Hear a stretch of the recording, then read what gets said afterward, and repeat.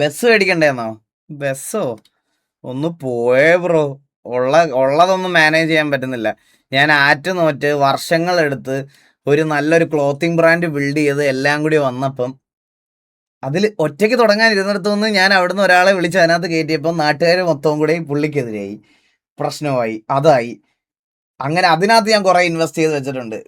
സത്യം പറയാലോ, ഞാൻ നമ്മുടെ നിങ്ങളാ വെബ്സൈറ്റ് കാണണം. ഞാൻ എപ്പോഴെങ്കിലും ഇനി അത് ലോഞ്ച് ചെയ്യാൻ പറ്റിയില്ലെങ്കിലും ആ വെബ്സൈറ്റ് നിങ്ങളെ ഒരു ദിവസം ഞാൻ കാണിച്ചു തരും. ആ വെബ്സൈറ്റ് ഞങ്ങൾ ഞാനും നമ്മുടെ ഇതിനകത്തുള്ള ഡെവലപ്പേഴ്സ് എല്ലാവരും കൂടെ ചേർന്നിരുന്നാണ് സത്യം പറഞ്ഞാൽ അത് 1.5-2 വർഷമായിട്ട് അത് ഡെവലപ്പ് ചെയ്തുകൊണ്ടിരുന്നത് ആ വെബ്സൈറ്റ്. എൻ്റെ ഒരു അഭിപ്രായത്തിൽ നമ്മുടെ നാട്ടിൽ അങ്ങനെ ഒരു വെബ്സൈറ്റ് ഇല്ല ഒരു ക്ലോത്തിങ് ബ്രാൻഡിനും. അങ്ങനെ ഒരു വെബ്സൈറ്റ് സത്യം പറഞ്ഞാൽ ഇല്ല. അത്രയും കിടിലമായിട്ടാണത് ചെയ്തതും നമ്മൾ ചെയ്തു വെച്ചതും ഇതാക്കിയതും. ലാസ്റ്റ് ഇങ്ങനെ ആയതിൽ എനിക്ക് വിഷമമുണ്ട്. സ്റ്റിൽ ഞാനത് തുടങ്ങാത്തത് കേസ് ഞാൻ ഇത്ര നാൾ ഉണ്ടാക്കി വെച്ച എൻ്റെ ഒരു ക്രെഡിബിലിറ്റിയും എൻ്റെ ഒരു സാധനമുണ്ട്. അത് വേണ്ടാതെന്ന് വിചാരിച്ചാണ് അത് ഇപ്പോഴും തുടങ്ങാതെ അങ്ങനെ തന്നെ വെച്ചേക്കുന്നത്. ഇപ്പോഴും ഞാൻ ഉറപ്പ് പറയാം, അതൊരു 98% നിൽക്കുക. ഇനി ഒറ്റ കാര്യമുള്ളൂ, ഫൈനൽ ഇൻവെസ്റ്റ്മെൻറ്റ് റൈസ് ചെയ്യുക, അത് എന്താ ഇത് പ്രൊഡ്യൂസ് ചെയ്യുന്ന ആൾക്കാർക്ക് കൊടുക്കുക, അത്രേ ഉള്ളൂ.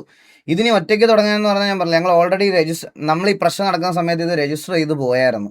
അപ്പം പകുതി പുള്ളിയുടെ പേരിലും പകുതി എൻ്റെ പേരിലും എന്നുള്ള ഒരു രീതിയിൽ ഓൾറെഡി രജിസ്റ്റർ ചെയ്ത് വെച്ചിരിക്കുക. അപ്പം ഇനി അതും ഇതാക്കാൻ പറ്റാത്ത അവസ്ഥയായി. പക്ഷേ there will be always A plan B.